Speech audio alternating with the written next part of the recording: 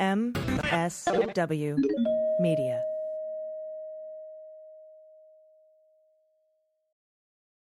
Welcome to Teacher Quit Talk. I'm Miss Redacted. And I'm Mrs. Frazzled. Every week we explore the teacher exodus to find out what, if anything, could get these educators back in the classroom. We've all had our moments where we thought, what the hell am I doing here? From burnout to bureaucracy to soul-sucking stressors and creative dead ends. From recognizing when it was time to go to navigating feelings of guilt and regret afterwards, we're here to cut out the gaslighting and get real about what it means to leave teaching. We've got insights from former teachers from all over the country who have seen it all. So get ready to be disturbed. Join us on Teacher Quit Talk to laugh through the pain of the U.S. education system. We'll see you there.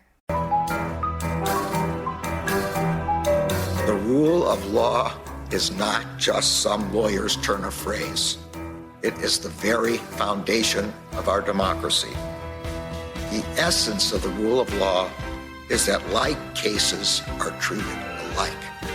That there not be one rule for Democrats and another for Republicans, one rule for the powerful, another for the powerless, one rule for the rich, and another for the poor, or different rules depending upon one's race or ethnicity. To serve as Attorney General at this critical time is a calling I am honored and eager to answer. So yeah, now it's clean up on aisle 45 time. And for a long while yet, it is going to be clean up on aisle 45. Hey everyone, welcome to episode 48 of Clean Up on Aisle 45. It's December 15th, Wednesday. I'm your co-host, Allison Gill, and with me as usual from the dungeon of lawyers I keep in my basement is my co-host, Andrew Torrez. Hi, Allison. Always a pleasure. Thanks for letting me out, if only briefly here. And at first, before we get into the meat of the show, time to thank our new patrons. So Mari Mozaleski, Lisa Lencher Rosenbaum, Teresa Horn, Scott Taylor, and Stuart Teal. Thank you all so much. That's right. You literally make this show possible. I'm not kidding about that. And if you'd like to get a shout out on this show, plus the ad-free feed, some of our bonus stuff, you can head over to patreon.com/aisle45pod. That's AISLE 45POD. And you can sign up for as little as $1 an episode. And now, on with the show. Yeah, Allison, today is all about the 1-6 committee, and we have so much news in connection with that. You know, we were just talking about this right before the record, that this, really did feel like a momentous decision and a really significant day in history. So focus on Mark Meadows. But we're going to lead off with a hastily scrawled letter from George J. Terwilliger III, former Deputy Attorney General and one of several hundred Terwilligers wandering around Washington, D.C. That's right. Deputy Attorney General for, I believe, HW. Yep. And his argument here is that it would be, quote, unwise. And by the way, we wrote this script. We've seen this letter. We read the 51-page resolution before we just watched the hearing that aired on Monday, 7 p.m. Eastern, for the 1-6 committee. So a lot of this is going to now be through the lens of understanding what just happened on live television. And so when Terwilliger writes in a letter that it would be unwise to refer Meadows for prosecution under 2 U.S. Code Section 192, and contrary to law when a public official asserts a good faith invocation of executive privilege, I have to now laugh even harder. So I guess I have 2 initial questions for you, Andrew. First, is unwise a typical legal term? And second, is there any argument that Mark Meadows' assertions here are in good faith, considering what we just witnessed? Yeah. So super easy questions. The answer to those are no and no. Let's start with the easiest of those questions. Unwise. Look, there is a reason that long-standing establishment George H.W. Bush DAG, George J. Terwilliger III, is using the word unwise in a letter to Congress, because he knows he can't use the word illegal. He knows he can't use the phrase contrary to law, right?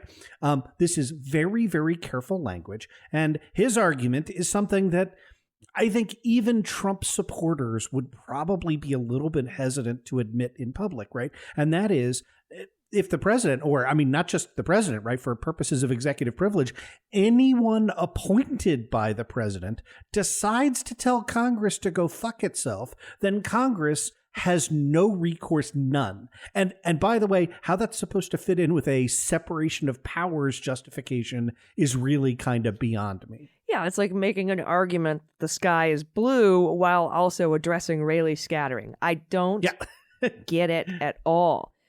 And I was shocked that this is honestly their lead-off argument here. But here it is, page 2 in black and white, quote, during an 1886 floor debate in the Senate regarding a demand for executive documents, one senator seeking the documents acknowledged that, should the president order them withheld, there is no remedy. And again, because this is the kind of thing that only jumps off the page, I think, if you're a lawyer and you're used to reading what these letters are supposed to look like. I need to be crystal clear here. The opinion of one senator 10 years after legislation has been passed is not legislative history. It is not informative about legislative history. And for 4 decades, it's not even the kind of thing that like courts would look to as evidence, right? Like this is something a guy thought a decade after Section 192 was passed might be the interpretation. It is a cherry-picked quote from a century ago, and it illustrates really like the kind of desperation that animates this entire effort. Yeah, and I think to me, the most telling thing about this memo, this letter, is that basically all of the legal citations contained in it are to various Office of Legal Counsel opinion letters. And as we know, the OLC is an executive branch appointee at the Department of Justice, hired and fired at the pleasure of the president. And I mean, how many OLC memos did Barr whip up, to just say shit was legal? Yeah, and again, not directly, but he you tell the particular U.S. attorney who is responsible for the Office of Legal Counsel, hey, I'd kind of like to see X, and I think your boss would too. Yeah, exactly. Oh, anyway, yeah. Sorry, I'm thinking of Stellar Wind. I'm thinking of torture, CIA. Anyway, historically, what the OLC does is write letters to back up legally what you're saying. Now, I'm just a lowly GS 14 trying to get legal shit pre. So I got told no by the Office of Legal Counsel all the time. But when I couldn't fire them if they didn't return return an opinion I didn't like. When those letters come to interpreting presidential power, they're obviously manifestly self-serving, and we saw that in spades, as I said, with Barr, the former guy's administration. Yeah, and look, I think I'd like to go even a half step further than that, right? And I'd like to say that OLC letters on the power of the presidency are inherently self-serving and should never be cited, right? Like we saw that forming the basis of what Robert Mueller thought circumscribed his authority, right? An OLC letter that says you can't indict a sitting president. Well, look, it's not surprising the OLC would say that. That's not a settled question. And so my argument would be, and I'm prepared to defend this with anybody, OLC letters should never be consulted, cited, relied upon in that circumstance, right? They should be treated as a person coming down on the side that's best for their boss. And it's a little mind-boggling to me that nobody else seems to share my opinion on that. And I mean that for Biden as well, right? Like presidents want the maximum power that they could possibly have, and they hire somebody whose job it is to comb through whatever slim legal authority is. And you did this at great length on Mueller, she wrote, right? Like the authority for you can't indict a sitting president is infinitesimal, right? It is the thinnest of possible reeds, and it has just been recycled as OLC letters are like, well, here's something that was written in 1974, and it's terrible. Yeah, and we know the howler monkeys on SCOTUS, though, are all about executive supreme power, which is, by the way, why I thought it was a chef's kiss that the D.C. appellate court came back with a decision in the National Archives case, and their reasoning was, but the president has extreme executive wieldy power, and you can't have two presidents at once, and the president said he's not invoking privilege. And the president is the all-powerful great Oz. I mean, the way they wrote it and teed it up for this very particular Supreme Court pleased me to no end. But I agree 100% on your take. And I think you're exactly right. And I would say the game plan on that is to try and forestall this Supreme Court from granting immediate injunctive relief to block it. So, right, yeah. Kavanaugh would have to say, but wait, no, the president doesn't have that much power, and that's not going to fucking happen. So let's talk about executive privilege, okay? Because Terwilliger's argument, Terwilliger, Terwilliger, that's a great nickname. Thank you. That's what I've been calling him. It's a little hard to say, though. His argument is that separation of powers principles means that the president and his immediate advisors are absolutely immune from having their testimony compelled. That seems to ignore the Nixon and Clinton administrations. I seem to recall presidents having to turn over documents, tapes, sit for depositions. I feel like am I taking crazy pills, Andrew? No, you're not. You're not crazy, right? So again, you gotta. This letter Terwilliger wrote takes this very narrow legal argument that crafts the very definition of what lawyers will call a distinction without a difference, right? So what he says is that presidential aides are immune from testimonial compulsion by a congressional committee, right? Now, Clinton and Nixon were, of course, compelled to testify by the courts. Now, under a separation of powers standpoint, it makes no difference, right? Well, no, Andrew. The courts get 5 points, and Congress gets 3 points, and the president gets 1 point. Yeah, I guess. I mean, I can't follow it. Either executive privilege is absolute or it isn't. And we've known since 1973 that it is not remotely absolute. The last vestiges of that were relitigated during the Clinton administration in connection with the Paula Jones litigation, right? And then because our last president had zero regard for law, precedent, or anything, it was relitigated a third time. The executive privilege's absolute position has never won in our courts. It has lost 3 times in a row, and writing it again in a letter is just, it's a loser. Well, what else do they have, really? I mean, from the way I see it, and this is all speculation, Meadows was cooperating, handing stuff over, wrote his book. Trump got the book, got pissed, called up Meadows and said, hey, remember that RNC hack? I got a bunch of shit on you, bro. I'm going to need you to go on Fox News and tell everyone your book is fake news. And then I'm going to need you to take my friend here, Terwilliger III, and have him be your lawyer and stop cooperating with the committee. So there's a lot of speculation in there, but I'm certain he at least got a call. This is the kind of thing that if you had said this to me 5 years ago, I would have said you're crazy, right? But but we know that Donald Trump is unparalleled at strong arm tactics. We have transcripts of the game plan that I just need you to find 11,000 votes. I just need you to make a press announcement. I'm happy to do you a favor, but you got to do me a favor first. I mean, we have his words. We know what happens. So, well, that's why I think there's compromise, right? Because he doesn't have shit on Raffensperger. Yeah, exactly. But that Nunes would quit Congress to go to work for a firm that's under investigation by FINRA and the SEC, or that Meadows would get pulled out of Congress to be chief of staff, that Ratcliffe would be pulled out of Congress to be DNI, and just absolutely destroy their careers and potentially risk jail. You don't do that because you're afraid of just making Trump mad. In my own personal opinion. But I just want to underscore 2 things. Number one, how unlikely it is that I would agree with you given the history of my career. And number 2, that I agree with you.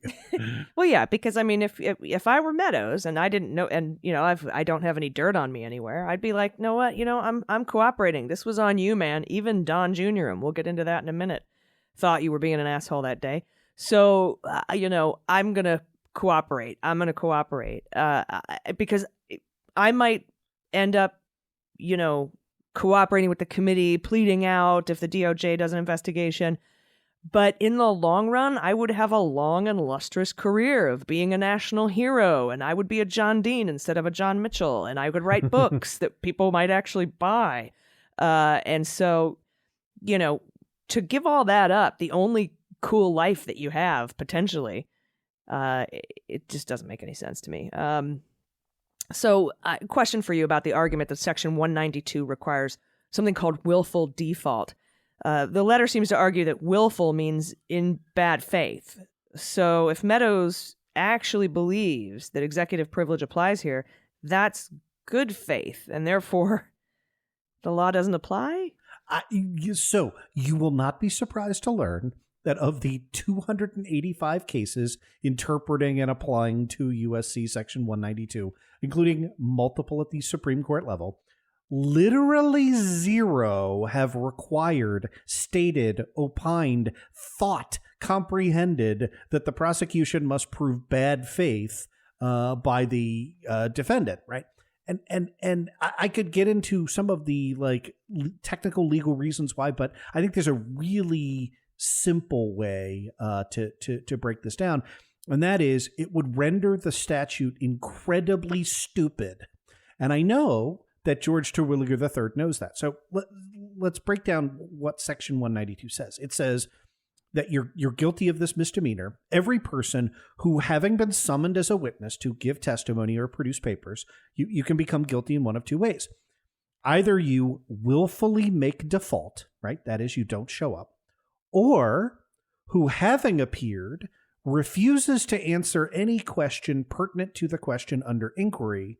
And if you do that, then you shall be deemed guilty of a misdemeanor.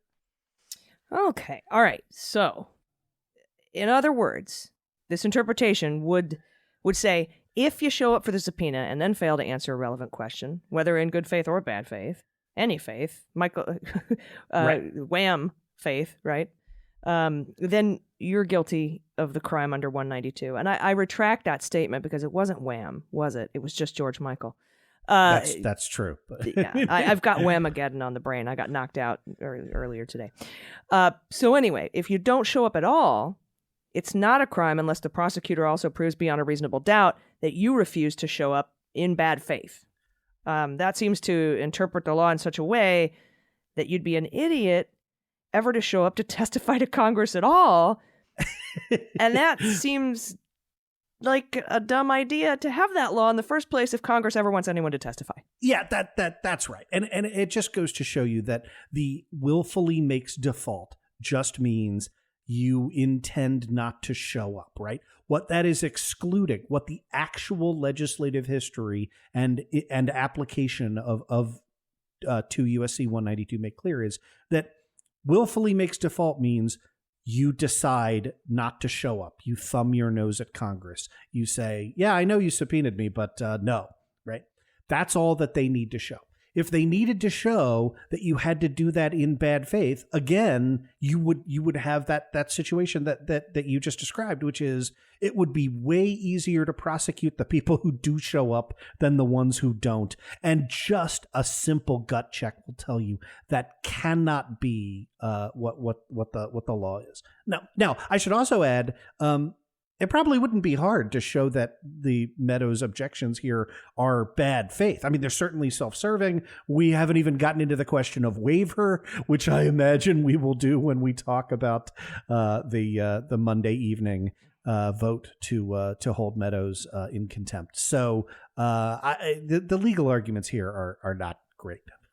Yeah, so in connection with the vote, the 1-6 committee also released a 51-page summary of their findings, the resolution, right, the report. Yep. That lists the kind of testimony they want from Mark Meadows, who appears to have been the point man for Trump's coordination of 1-6. And now that we've seen these hearings, it's even more obvious. I thought these requests were really, really telling, such as Mr. Meadows exchanged text messages with and provided guidance to an organizer of the January 6th rally on the Ellipse after the organizer told him that things have gotten crazy and I desperately need some direction, please. I would love to know who that organizer is. There's a reason they are using, an organizer one. Oh man, I have some thoughts. Yeah. And with regards to the hearing tonight, which we'll get into in a minute, the members of Congress, I want to know who they are as well, but they're still investigating. And there's this one, quote, Mr. Meadows sent an email to an individual about the events on January 6th and said the National Guard would be present to protect pro-Trump people and that many more would be available on standby. Yeah, we heard that during the hearing. That seems like a smoking gun to me. I mean, this is the first time I have seen it that starkly, right? But if you have an agent of the president, you have his chief of staff saying, don't worry, the president is going to call out the National Guard to protect his people. Yeah. You know what I criminal. think? I think that they knew in advance, or they thought that anti-protesters would show up, that they could label anarchists and Antifa and Black Lives Matter protesters, and that would be one of the reasons to call a national emergency, secure the National Guard, et cetera, et cetera. And so that's why they were protect pro-Trump people. I think they were expecting non-pro-Trump people to be there. But of course, that's just speculation. That's really interesting. I haven't heard anybody advance that position, and I think that it's worth considering. Oh, thank you. And there are reports of messages being sent from various Republican legislators, sitting members of Congress. That can't make House Republicans happy.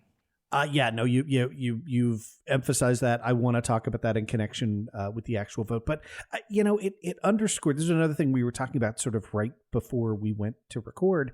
And that is, I got the real sense, right, even from the Democrats on this committee, right, but which, it's a majority of Democrats, that when they said we take a historic step in referring out for criminal contempt one of our former members, I think that's right. Like, I think there is, for good or for ill, right? Like, I could certainly see this being a terrible thing that, like, Congress mostly wants to protect its members and buddies, right? Like, but I think it does underscore, how hard this is to have taken one of their own and kind of said, hey, we're at the end of our rope with you.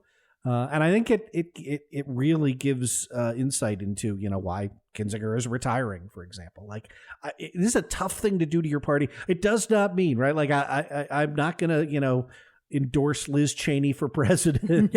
No. But she's done monstrous, horrible things, and, her father's a war criminal. But like, this is a hard thing to do. It's doubly hard for the two of them, and they ought to get credit for putting country first here. Yeah, and even members of the Dems. Yep. This is the legislative body. It's somber and it's depressing. But another bit of desired testimony I found very interesting. Quote, Mr. Meadows traveled to Georgia to observe an audit of the votes days after then President Trump complained that the audit had been moving too slowly and claimed that the signature match system was rife with fraud. I think Lindsay was also complaining about signatures. That trip precipitated Mr. Trump's call to Georgia's Deputy Secretary of State and later Secretary of State. Yep. Andrew, you said on OA, opening arguments, that the case against Trump for committing election fraud in Georgia is a slam dunk. We've talked about this. Does it surprise you to see this level of coordination and awareness with the 1-6 committee? It really does, right? And it's very, very encouraging, right? Like, you and I kind of vacillate between, the kind of, hey, where are the indictments of Trump and Trump cronies? We're a year out with the wheels of justice move slowly, that sort of thing. And this is something that strongly indicates that people at the highest levels of decision making are not compartmentalizing this, right? Like, they're not taking their eye off the ball. And look, for the 1-6 committee, which is now the subject of multiple pieces of litigation in which the primary argument being advanced by those not in compliance is, hey, this is a sham. You're not really interested in legislation. You're really trying to ferret out criminal conduct. And look, like, that is beyond the jurisdiction of the 1-6 committee, right? Like, it cannot pursue information for the purposes of a criminal referral, certainly not for a state criminal referral, right? So they've got to tread carefully here. And again, I think that it's really, really encouraging that despite all of that, that's what they want to do. Like remain focused kind of on the big picture from the top down. Yeah. And I want to talk a little bit more about encouraging information about the coordination between state, local district attorneys, district's attorney. Is that? I don't know. Local DAs, we'll just do that. District's attorney, attorneys general, state attorneys general, the Department of Justice, grand juries, and the 1-6 committee all working together. We know they've talked about working together. And I saw an interesting clip from Zoe Lofgren, and I want to talk about that after this this was after the hearing tonight. But we're gonna kick off our discussion about that hearing. And I want to start with that Zoe Lofgren quote, but we have to take a quick break. So everybody stick around. We'll be right back. Hey everybody, it's AG, and today's show is brought to you by Policy Genius. Get your property cold weather ready by making sure you have the right insurance coverage. Just head to policygenius.com, answer a few questions about yourself and your property, and Policy Genius will show you price estimates and policies that fit your search and help you understand your options. The Policy Genius team can look for ways to save you more money, and if they find a better rate than the one you're paying now, they'll switch you over for free. You know, recently I switched all of my insurance off of USAA because they advertise on Tucker Carlson, and Policy Genius helped me find a great rate. Policy Genius saves customers an average of $1,250 a year over what they were paying for home and auto insurance before. Their licensed experts will help you understand your options and apply for a policy. The Policy Genius team works for you, not the insurance companies, so you can trust them to offer unbiased help and advocate for you at every step of the way until you're covered. Policy Genius doesn't add on extra fees or sell your info to third parties either. And they have thousands of 5-star reviews across Google and Trustpilot. Since 2014, Policy Genius has helped over 30 million people shop for insurance. So head to policygenius.com to get your free home and auto insurance quotes and see how much you could save. That's policygenius.com. So, Andrew, first of all, I have to say I'm still shell-shocked from watching this hearing. First of all, it was an incredible hearing. It was very well put together. It laid out a lot of important things. It told a story about Mark Meadows, just Mark Meadows, who is a pivotal figure in the insurrection. But. Yeah. I wish that they would have told us before, because I found out a couple hours before, maybe an hour before the hearing, that it was going to be much more than just a vote. And that there was going to be new information released and new text messages released, including from people in the Trump family and members of Congress. Found that an hour before the hearing. That is bullshit marketing. They need to, I don't even think CNN was going to run it until they found out from their source, Jamie Rangel, that they had that kind of information that was going to be presented. That's that shit you announce a week ahead of time and sell tickets, and that to me was ill prepared. I don't think enough people saw what happened tonight because of them not sounding the alarm about how important this hearing was going to be. I think you make an excellent point on the messaging on our side. But I also think it shows that maybe how tip of the iceberg this is, and how lit as fuck the hearings in January are going to be, the public hearings. Yeah. I think that's right. I mean, my first note when it came to the guarded way in which they introduced a just the barest portion of some of the evidence that they have connecting Mark Meadows to folks inside the insurrection, right? Organizers of 1-6, and also serving as the conduit to sitting members of Congress, members of the House of Representatives, right? Like at first, when they said messages, I thought, okay, maybe they're referring to state legislators, right? And and I mean, we've just seen utterly bonkers statements by state. No. They mean sitting members of Congress, right? People with whom these people serve. And my biggest takeaway was, wow, do they know so much more than they're saying, right? They've been able to keep this as tight-lipped as they have. Yeah. Which brings me to the Zoe Lofgren comment. After the hearing, I was watching, and I saw her jump on with Anderson Cooper, who is reporting live from Kentucky for absolutely devastating weather, climate, tornadoes, destruction that's been happening there. And my heart, and I know yours too, goes out to everyone who was impacted by this series of tornadoes in all of those states. Absolutely. But she jumped on, and he said, so, could the Department of Justice issue a subpoena to a grand jury to get the documents that he's not handing over? Or, it was kind of his backdoor, is the Department of Justice doing anything question, which was, I thought, very cleverly done. And he's like, but is that a possible remedy? And she said, and I urge you to go and watch the video. I'm going to post it on my Twitter. And our Twitter, and she's very adept at avoiding that question. And she says whether or not the Department of Justice is pursuing another case like that, because this case we're pursuing is criminal contempt. That's all we're doing right now. But whether or not the DOJ is pursuing those other crimes against Meadows besides contempt, she says they're very tight-lipped.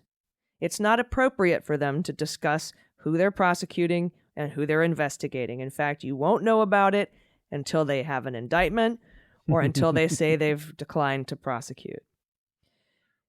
Wow. Because if I actually unpacked that statement, I wish I could have described the look on her face. It was almost like, how am I going to talk about this?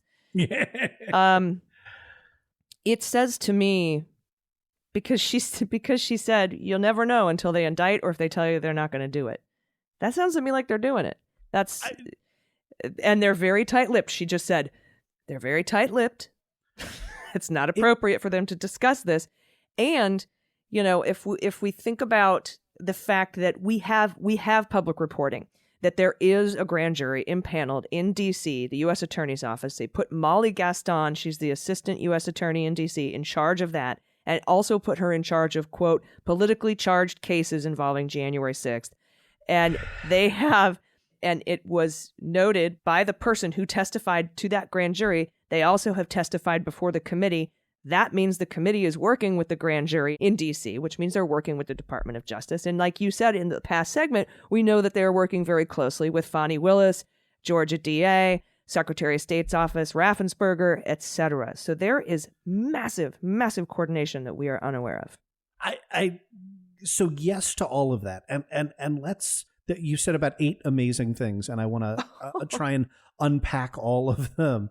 The first is, absolutely right. If nothing is happening, then the answer to that question is, I don't know anything that's right. That's a DOJ decision, and you're talking to the wrong person, right?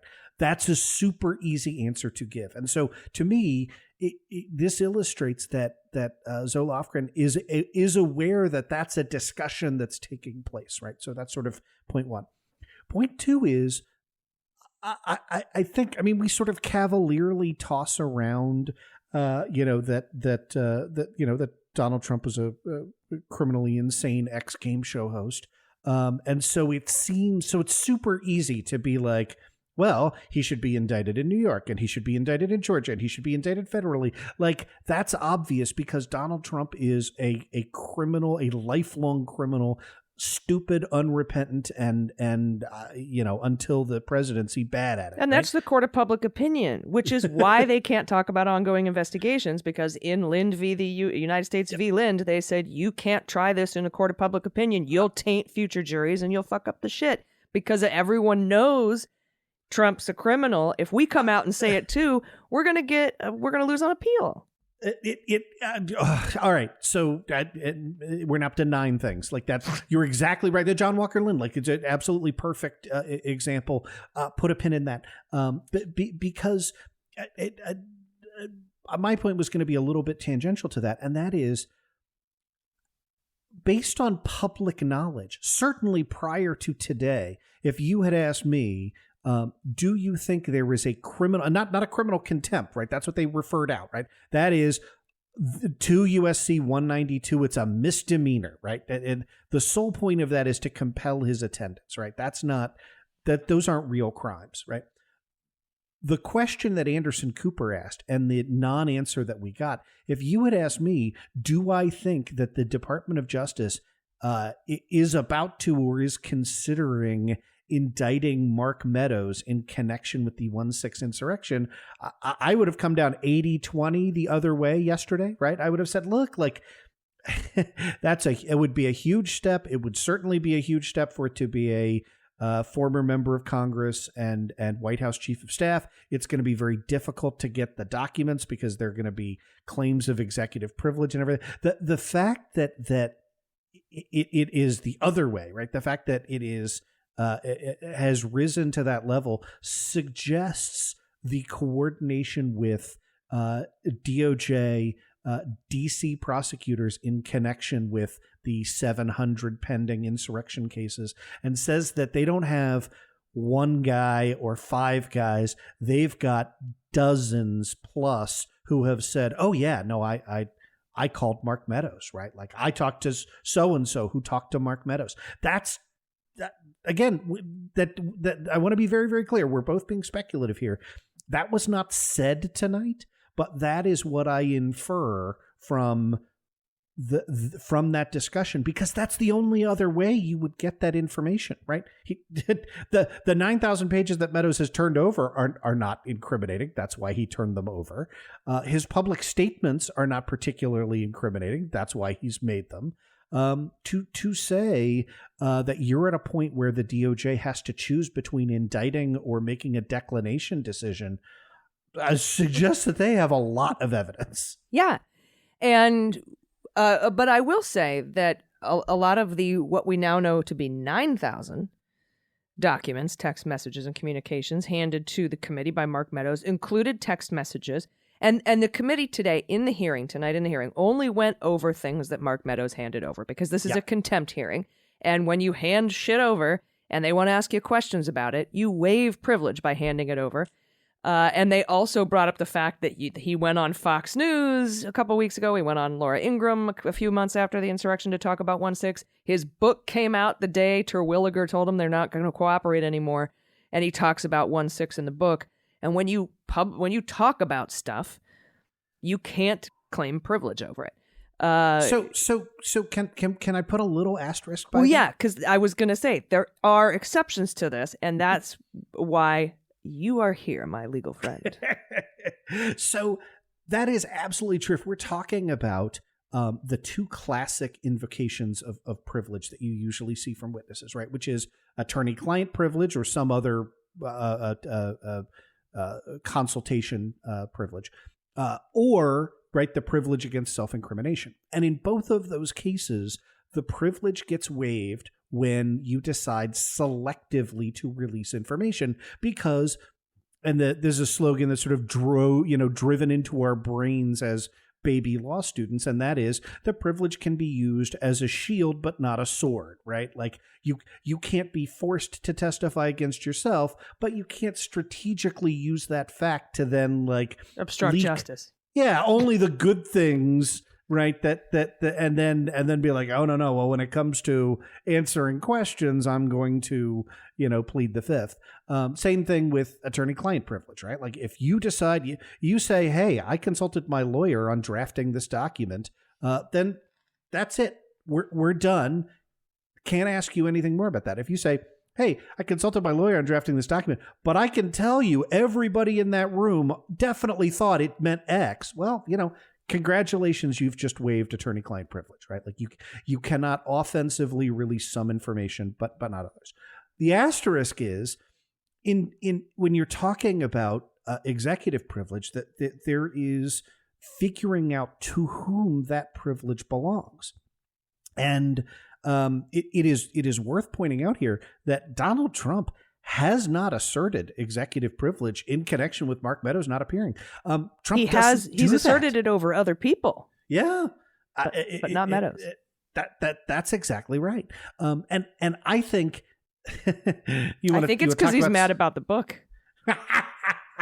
I was going to go in a slightly different direction, and I was going to say, I think it's because he wants to maintain the position that like there is no right, because think about what executive privilege means and is for. Executive privilege is, I'm President Torrez. I'm trying to figure out the proper response to the latest Chinese tariff, and I call all my advisors into the room, and I want to have that like one crazy. I'm gonna be like, Allison, what do you think? And I want you to be like, we should bomb China back into the Stone Age. And I want everybody else in the room to be like, that's terrible.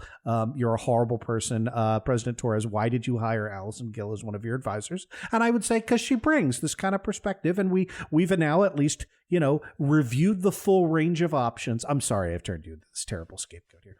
But look, like that's the justification for executive privilege, right? It is why Hillary Clinton maintained the private email server, right? Like it is because when you are Secretary of State, right? When you are a close presidential advisor, you want to deliver your best and your most candid advice, and you don't ever want that advice to then be broadcast in public and used against you, particularly if you have future political ambitions, which, we know she did. So that being known, then why would, if it's not the book, if he's not mad about the book, why would he not send a letter saying Meadows has executive privilege? So here's the thing. If the position you want to take is, I didn't know any of that. I had no idea somebody was gonna I went out to the Ellipse, but like they were gonna storm the Capitol. He wants Meadows to be the fall guy. Yeah, it again, total beans. But if you want to make the argument that you never discussed 1-6 before 1-6, right? Leaving alone, I get the mountain of evidence, the fact that John Eastman came in with a memo of like, here's how to do exactly what they wound up doing, right? Like, yeah, no, but all of these texts that we're about to talk about, they all went to Meadows. So the question becomes, did Meadows keep that to himself and sit on it, or did he tell the president? Now, he did respond in these text messages that he's been pushing it. But I mean, that could be he's been pushing it to somebody else. I don't know who's between the chief of staff and the president of the United States. Well, I called my mom and I told her that should happen too. Yeah. But it doesn't say, I told Trump, I told Donald this, And so he could try to mob his way out of that. And that's the thing, right? That's the fall guy thing. So is it cool if we go over some of these texts? Because they blow let's do that. My mind. First of all, I wanted to say that something Benny Thompson said that I thought had some import. Oh, not some, a lot. And I love that he brought this up. He said, if you're listening at home, Mr. Bannon, Mr. Meadows, Mr. Clark, I want you to know this.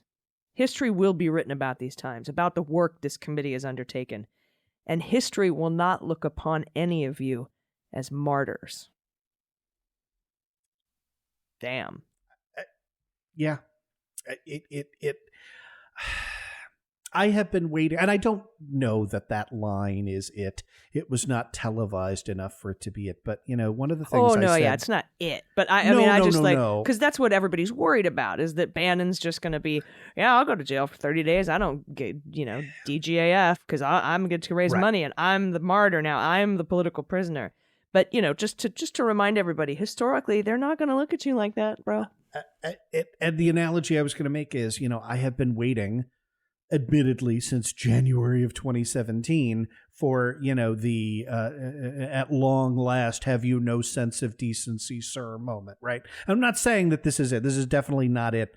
But that at some point, I kind of would like to see, the 30% of this country that identifies as Republicans, but, is not on board with QAnon and the big lie and everything else to be repentant about what they've been caught up in. And well, I don't know that we're going to get that moment. It's a double down type situation for a lot of this. To me, so far, the the biggest, most amazing speech I've seen so far is probably the Midnight in Washington speech by Schiff at the impeachment.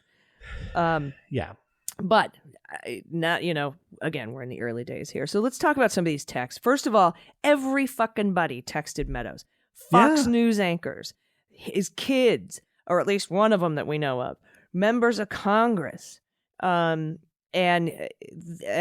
advisors, former aides to the president, all texting Meadows because they don't text Trump directly, I guess, or maybe they do. I'm not sure. But let's start with the Fox News folks, if we may. I think it's good to start there because it cannot be overstated how much the entire Trump presidency was driven by shit he saw on Fox News, right? So this strikes at the core of the people who've been strongly influencing the administration from the beginning. Anyway, go ahead. Sorry. Yeah, no. It's stunning because that night,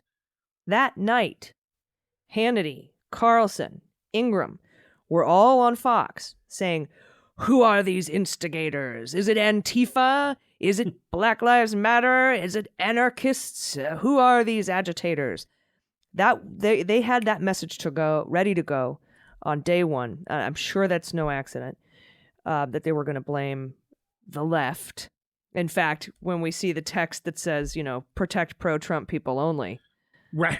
They were expecting the left to be there. We were not, because we're not fucking stupid. Okay. So, I mean, there were, we had a lot of press and everything like that. I don't want to say anybody who was there was fucking stupid, but we weren't there to agitate. So Laura Ingram texts, while it's happening, while 1-6 is happening. Remember, later on that night, she goes on television to blame Antifa. She texts Meadows and says, the president needs to tell people in the Capitol to go home. This is hurting all of us. He's destroying his legacy.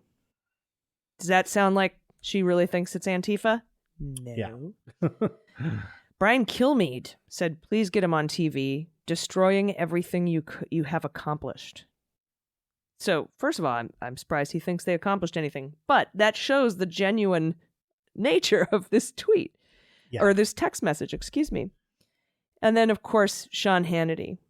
Can he make a statement? Ask people to leave the Capitol. Now, why would Trump go and make a statement to ask Antifa to leave the Capitol? Well, Sean, how'd you like 50% of that? So that's, there we have the Fox News set. And those are just 3 examples. And these are texts that Meadows handed over to the committee because, again, they're trying to prove contempt. And they're claiming that he's waiving privilege by handing these things over. So these are just the ones they have. Yeah. Let's tell me about the Don Jr. text because this blew my mind. This blew my mind as well. In addition to, I don't know, it's still my ears, but the casual swearing in Congress now. I guess that's the new normal. So, but we had Liz Cheney reading Don Jr.'s text of, he's got to condemn this shit ASAP. Now that is his dad, right? That's what Don Jr. is saying. My dad has got to condemn this shit ASAP.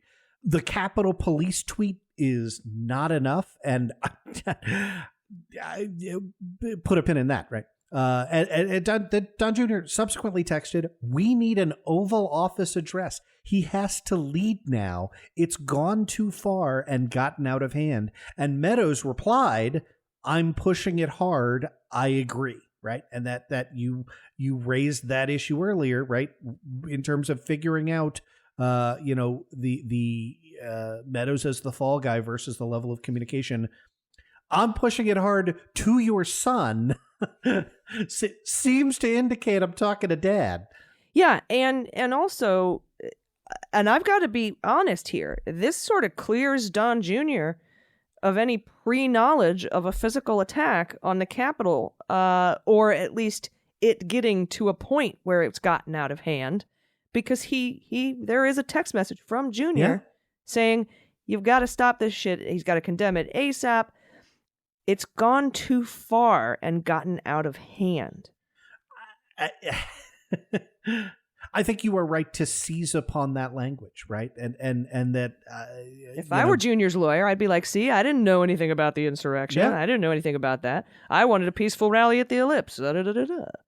Well, to me, it's gone too far. Yeah, from what was it supposed to be? Right. Well, that suggests, and again, we do not know that Don Jr. was in the war room, right? That was described that that to which John Eastman delivered the memo, right?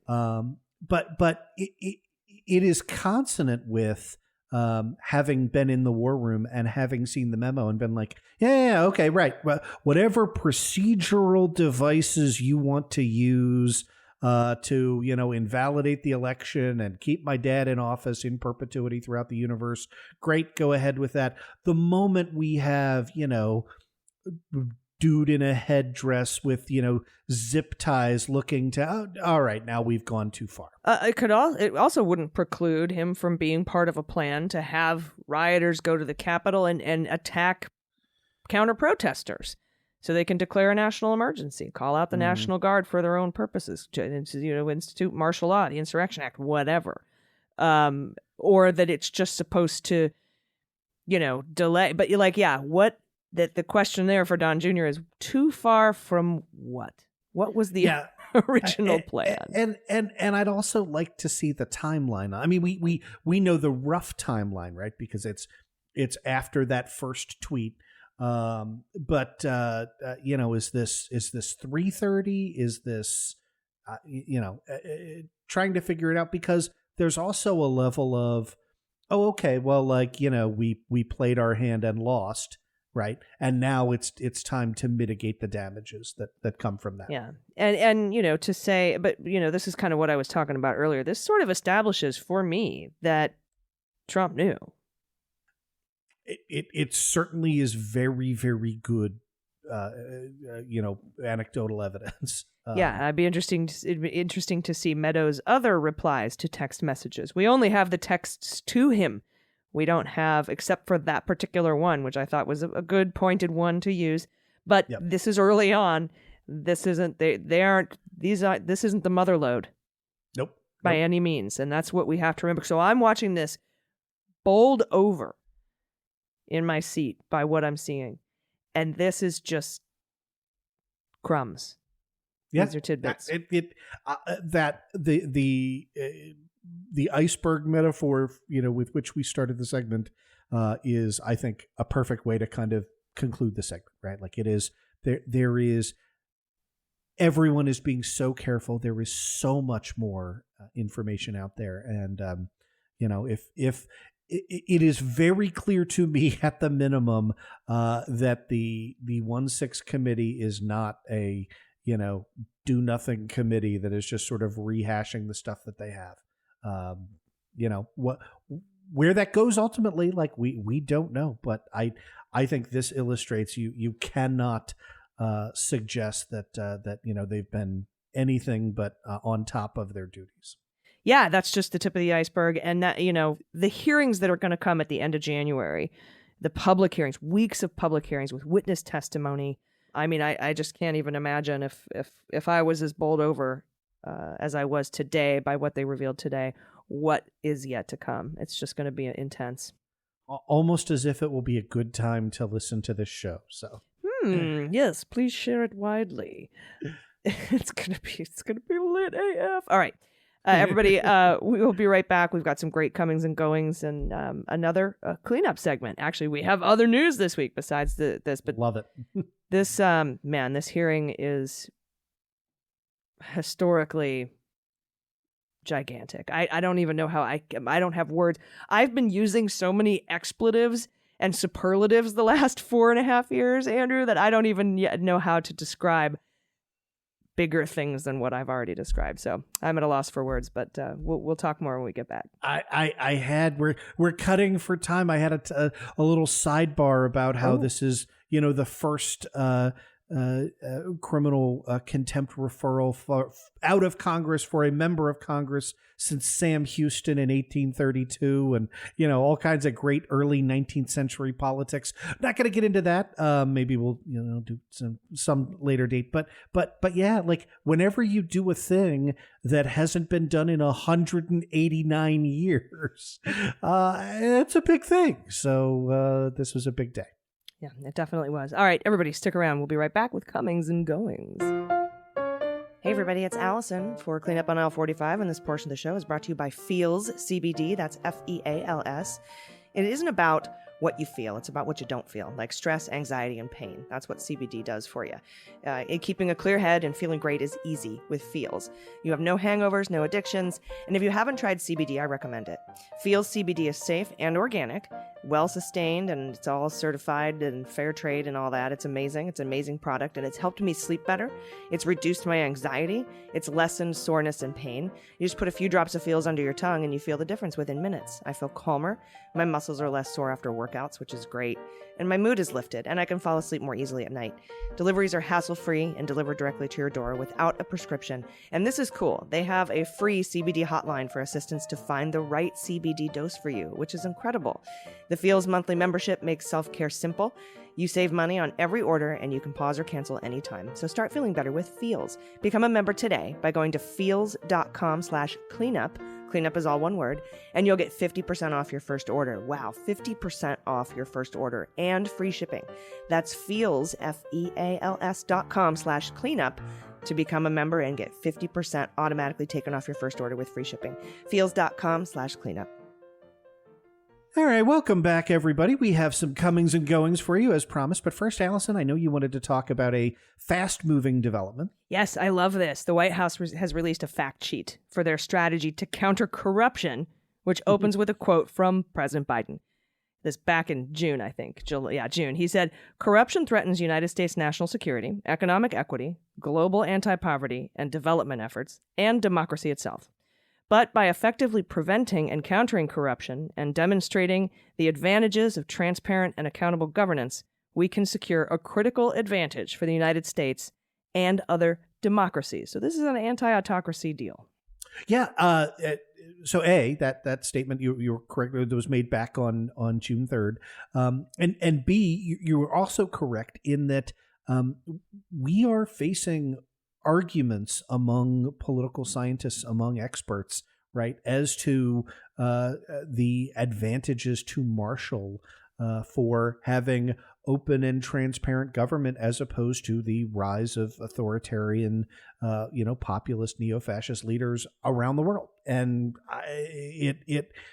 it fills my lawyerly heart with pride, right, to be making a case for things that we ought not to have to make a case for. So anyway, right, broad statement. At the time, President Biden directed his national security team, right, again, to create a comprehensive strategy that would improve our government's ability to prevent corruption, combat illicit finance, better hold corrupt actors accountable, strengthen the capacity of activists, investigative journalists, others on the front line of exposing corrupt acts. So pretty significant stuff from my view. Heck yeah. And last week, in line with that whole direction, there's now a strategy out. It outlines a whole of government approach to elevating the fight against corruption, and it places particular emphasis on better understanding and responding to the threat's transnational dimensions, including by taking additional steps to reduce the ability of corrupt actors to use the United States and international financial systems to hide assets and launder the proceeds of corrupt acts. I wonder what prompted that. Yeah.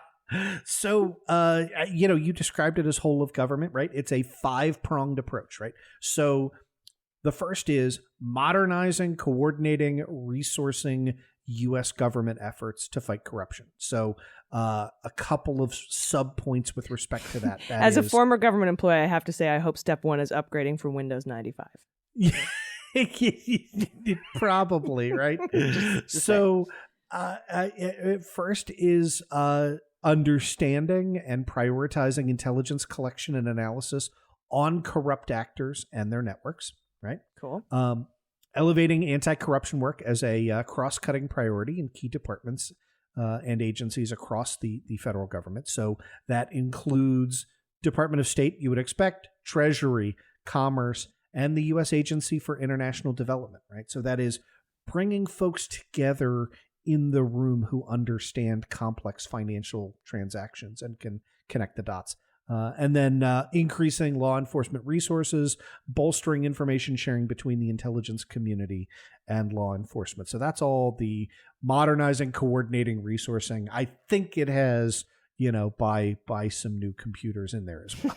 Yeah, probably. And I'm kidding. I think they were on Windows 7 when I left 3 years ago. Oh, yeah. Well, now, the second part is curbing illicit finance. And that is by revoking Elon Musk's Times Person of the Year award. No, I'm kidding. Oh, God. Can we do that?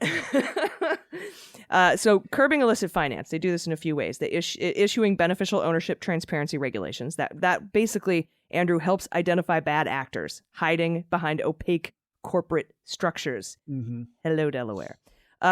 Enacting first-of-their-kind regulations that target those closest to real estate transactions to reveal when real estate is used to hide ill-gotten cash or to launder criminal proceeds. Blavatnik, Rob Lovlev, Trump's entire tower. Working with Congress and within existing regulations to make it harder for certain gatekeepers to the financial system, including lawyers, accountants, and trust company service providers, to evade scrutiny. Love it. And finally, this is part 4 of prong 2. Working with partner countries through multilateral fora, diplomatic engagement, law enforcement cooperation. So you just work and partner with other countries. Your partner countries are allies, and capacity building to strengthen their anti-money laundering regimes. So this is a global approach. Yep. So third prong is holding corrupt actors accountable. That, I think, will be of strong interest to our listeners. Mm-hmm. So the specific approaches on there are increasing, elevating diplomatic and development efforts to support, defend, and protect civil society and media actors, including investigative journalists who expose corruption.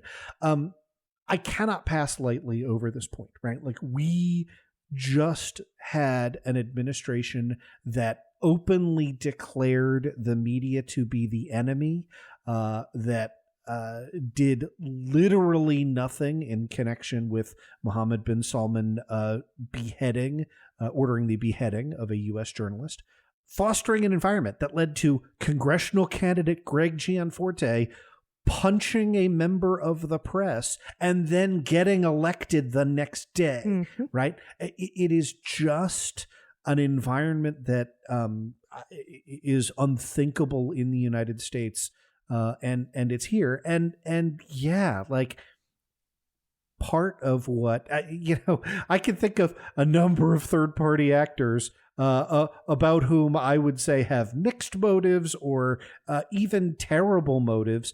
But part of how we hold government accountable is by fostering an environment in which those folks can go to the press and expose bad actors within the government of both parties. So I really love that point. Sorry, I know I'm dwelling on it, but significant to me. New initiative funded for partner countries to detect and disrupt foreign bribery, establishing I love this, kleptocracy asset recovery rewards program that will enhance our government's ability to identify and recover stolen assets linked to foreign government corruption that are held at U.S. financial institutions. Yeah, I like that. It sounds like something you would hear a commercial for. Like, yeah. If you join now, you can take part in the Kleptocracy Asset Recovery Rewards Program. I'm in at the gold tier level. And working with the private sector to improve the international business climate by encouraging the adoption and enforcement of anti-corruption compliance programs by U.S. and international companies. And again, the goal there is to avoid kind of the perception of, a race to the bottom where, you have one jurisdiction that, decides not to comply, not to ask questions, and all of a sudden either all the assets start flowing through that jurisdiction or everybody else has to play along. Yep. And then in typical government fashion, after you establish something, you have to have a plan to maintain it. That's always the next step after you establish something. It's even in federal criminal procedure, right? Obtain and maintain a conviction. So this is that global stuff you just talked about. This is how you preserve and strengthen that. And that's by working with G7 and G20 to implement the strong transparency measures. You build and expand effective, resilient security institutions to target corruption, right? And then reinvigorating U.S. participation across a number of initiatives, including the Open Government Partnership and Extractive Industries Transparency Initiative, which I assume we withdrew from or just ignored when Trump was in office. If it's an international agreement, that would probably be a safe assumption. Yeah, especially anti-corruption international agreements. Yeah. All right, and so last prong, right? I know we've done 30 subpoints, but prong 5 is improve diplomatic engagement and leverage foreign assistance resources to achieve the anti-corruption policy goals. And again, we cracked the joke, but it really does matter whether the top-down direction is America first, we go it alone, or a climate of international agreement. I've delivered a couple speeches on this, but I'm moved by the report of the Bulletin of the Atomic Scientist, which comes out every January. That they do the doomsday clock, and when they move the doomsday clock to 90 seconds to midnight, that is the end of human civilization as we know it. The chief, John Mecklin, said it is the erosion of multinational institutions that are capable of resolving existential threats. That's the largest existential threat, right? It's not just nuclear war. It's not just climate change. It is to fix these things, we have to cooperate with other nations. And how we cooperate with other nations is a top-down message. So that's why this is important to me. Elevating anti-corruption work as a priority within the diplomatic corps. Reviewing, reevaluating criteria for government-to-government assistance, including around transparency and accountability. Wonder where they learned that lesson from. Expanding anti-corruption-focused U.S. assistance and monitoring the efficacy of this assistance. Building additional flexibility into anti-corruption initiatives and broader assistance efforts to respond to unexpected situations worldwide, and bolstering public sector anti-corruption capacity and support, including to independent audit and oversight institutions. Independent audit and oversight constitution. I love it. Yeah. Institutions. Because, last week we just talked about strengthening our own internal agency auditing and, whistleblower protections and inspectors general. So this is all, this is, to me, is clearly a bunch of really brilliant people putting together multiple agency strategies and then extending it to be multilateral with other, countries and allies, and then keeping it flexible and then maintaining it and then developing those relationships and strengthening, bolstering transparency and anti-corruption. I love this. I think it's a brilliant plan, and I'm excited to be a part of it. I want to head off some negatrons right away, who are going to say, well, this is a sternly worded crunch wrap and it has no legal effect. Not necessarily the case, right? Like, you direct funds on a basis of kind of setting forth priorities, but B, in some sense, like, the words do matter here. It's right? even just the message, right? Yeah. It's almost like, hey, just announce an investigation. You don't even have to do one. But these words are very important, that the world sees this, that other leaders, democratic leaders see this, that autocracies see this, that despots see that we are doing this and we care about it, is important. It's very, very important. I couldn't agree more. And the way in which I would make that pitch to our Negatrons is, think of how mad you were when George W. Bush sent, "I believe the UN should be abolished," John Bolton out to be our ambassador to the United Nations, right? Like, that made you mad. And it made you mad because, and rightly so, it made me mad, right?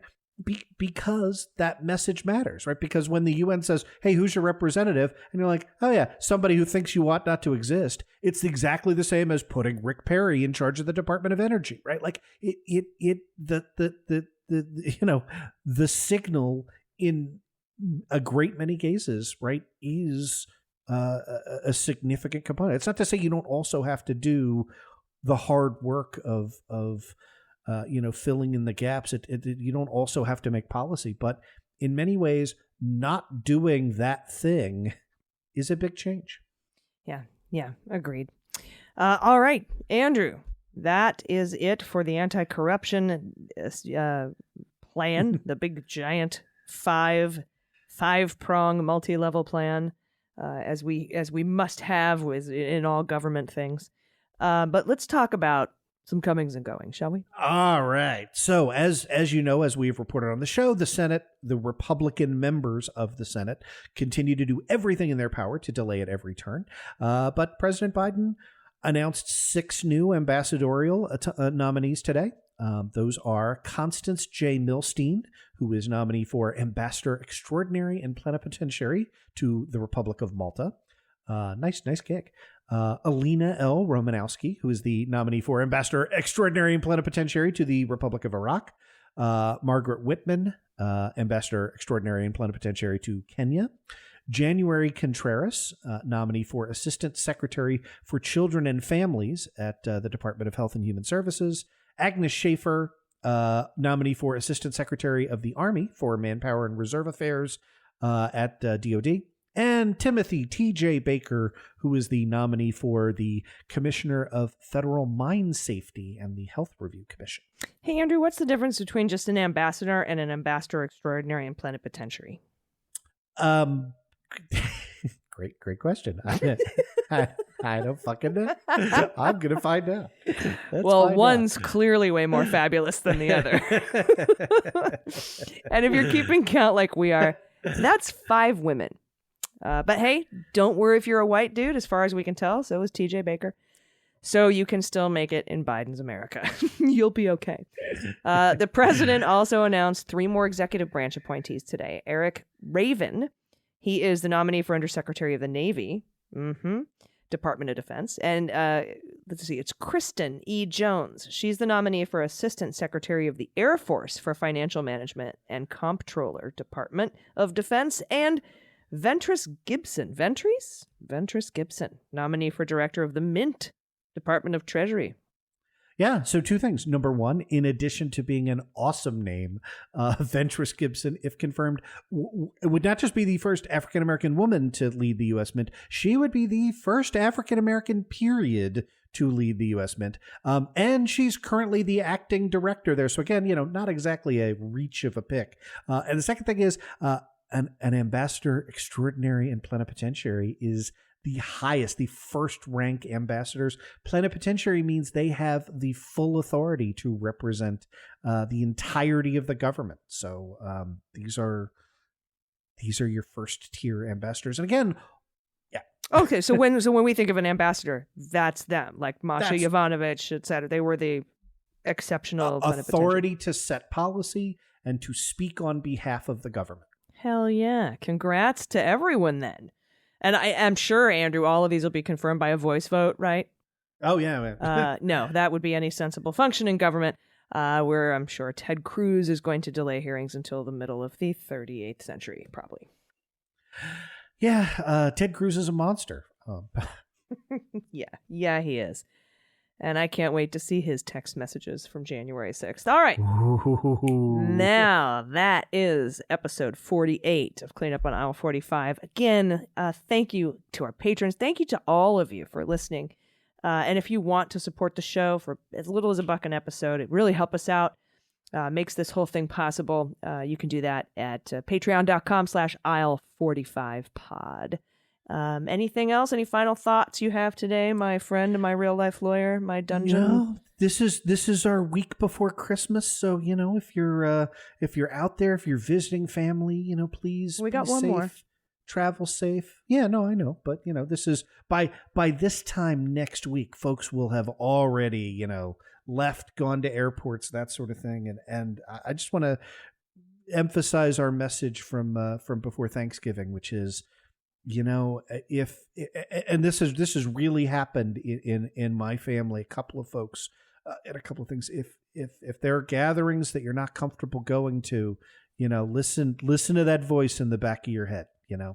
You know what it means to be safe. So please do just think of yourselves, think of your family, think of your country and your society, and have a wonderful holiday. Yeah, I agree. I've had people ask me, like, my cousin won't get vaccinated. Should I go to Christmas? I say no. Personally, I wouldn't. Now, we're December 13th, so we are, I think, beyond the point that a booster or a second shot is effective, right? So, yeah. It's tough, and I've had people turn down holidays for that reason. But you can always wear a mask, maybe have them outside, whatever it is. But yeah, definitely be careful. Travel safely. We will see you next week before we have a final holiday send off for the Christmas holiday. Absolutely. But this has been an epic show, an epic night, an epic hearing in our history, in American history. Boy, this has got to be one of the 5 standout moments, and this is just the beginning. So thank you so much, Andrew. I've been Allison Gill. I'm Andrew Torrez. This is Cleanup on aisle 45. On aisle 45. And thanks for dropping by, San Diego. Cleanup on Aisle 45 is written, researched, and produced by Allison Gill and Andrew Torrez, with editing by Molly Hockey.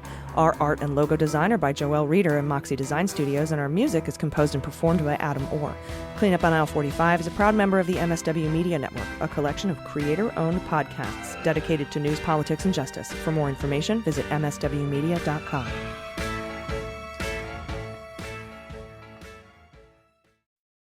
They Might Be Giants have been on the road for too long. And They Might Be Giants aren't even sorry. Not even sorry. And audiences like the shows too much. And now They Might Be Giants are playing their breakthrough album, Flood. All of it. And they still have time for other songs. They're fooling around. Who can stop They Might Be Giants and their liberal rock agenda? Who? No one. This ad was paid for with somebody else's money.